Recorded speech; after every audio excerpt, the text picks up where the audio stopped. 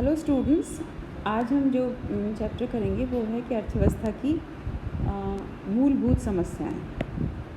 ठीक है, मूलभूत समस्याओं पर बात करेंगे हम लोग। मूलभूत समस्याओं की बात करने से पहले जो फर्स्ट चैप्टर में आपको याद होगा हमने बात की थी कि अर्थव्यवस्था में जो साधन होते हैं वो सीमित होते हैं। ठीक है ना, साधन सीमित हैं और हमारी आवश्यकताएं असीमित हैं। वो इंसान का स्वभाव जैसा है उस प्रकार से हर चीज़ उसको असीमित रूप में चाहिए होती है ना। और तीसरा जो साधन हैं उनके वैकल्पिक उपयोग हैं। ठीक है, तो साधनों के वैकल्पिक उपयोग। अब ऐसे में क्या है कि ये तीन स्थितियां हैं ना, इनकी वजह से क्या समस्या पैदा होती है? चयन की समस्या पैदा होती है। बात की थी हमने इसकी, डिटेल में आपको समझाया था पहले एक चैप्टर में, आपको याद होगा। तो चयन की समस्या पैदा होती है। ठीक है, चयन की समस्या का अर्थ ये है कि अब जो समस्या अर्थव्यवस्था में आती है, क्योंकि साधन सीमित है। मान लीजिए लकड़ी सीमित है और लकड़ी से क्या बनेगा और क्या नहीं बनेगा, तो उसकी हम चयन की समस्या आती है। कौन सी अर्थव्यवस्था, यानी कि अगर कोई विकसित अर्थव्यवस्था है तो उसकी अलग डिमांड्स हैं, और विकासशील है तो उसकी अलग प्राथमिकताएं होंगी। फिर कोई अर्थव्यवस्था है कि जो कि ग्रामीण है तो उसकी अलग होगी आवश्यकताएं। उसी प्रकार से अगर कोई शहरी अर्थव्यवस्था है, पूरी की पूरी अर्थव्यवस्था में शहर ज़्यादा हैं तो उसकी अलग डिमांड्स होंगी, है ना।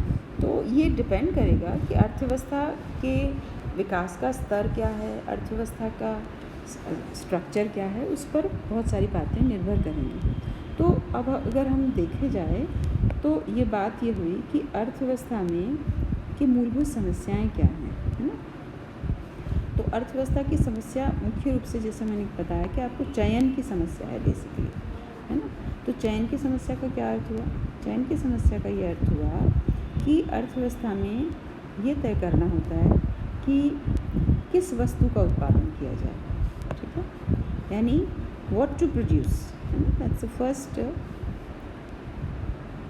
प्रॉब्लम। क्या उत्पादन, ठीक है, या व्हाट टू प्रोड्यूस। दूसरा, किसके लिए है, ठीक है ना, फॉर होम टू प्रोड्यूस। फिर तीसरा, कैसे हो ये उत्पादन, हाउ टू प्रोड्यूस।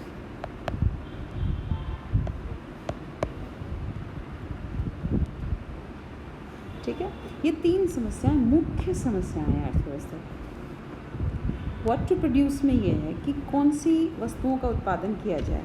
ऐसे तो बहुत सारी वस्तुएं चाहिए, अस्पताल भी चाहिए, स्कूल भी चाहिए, ठीक है, पार्क भी चाहिए,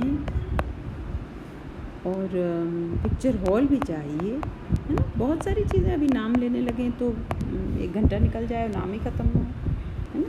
तो ऐसे में ये बात देखनी होती है कि एक्चुअली क्या उत्पादन किया जाए। तो ये इस बात पर निर्भर करेगा कि अर्थव्यवस्था में सबसे ज़्यादा अधिक आवश्यक क्या है। जैसे अभी इतना महामारी फैली, है ना, तो सबसे बड़ा सवाल ये उठा कि सबसे ज़्यादा अस्पतालों की आवश्यकता पड़ी।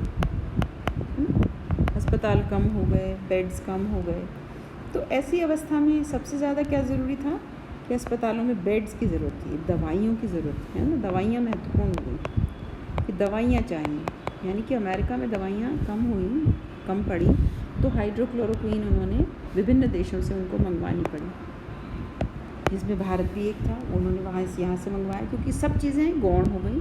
और सबसे पहले क्या ज़रूरी हो गया कि लोग ठीक रहने चाहिए, अस्पताल हों और दवाइयाँ लोगों को मिले, लोग ठीक हों, है ना। स्कूल कॉलेज सब गौण हो गए और सबसे ज़्यादा महत्वपूर्ण अस्पताल हो गए। तो महत्वपूर्ण क्या चीज़ हुई कि डिपेंड करता है कि क्या आवश्यकता है ना।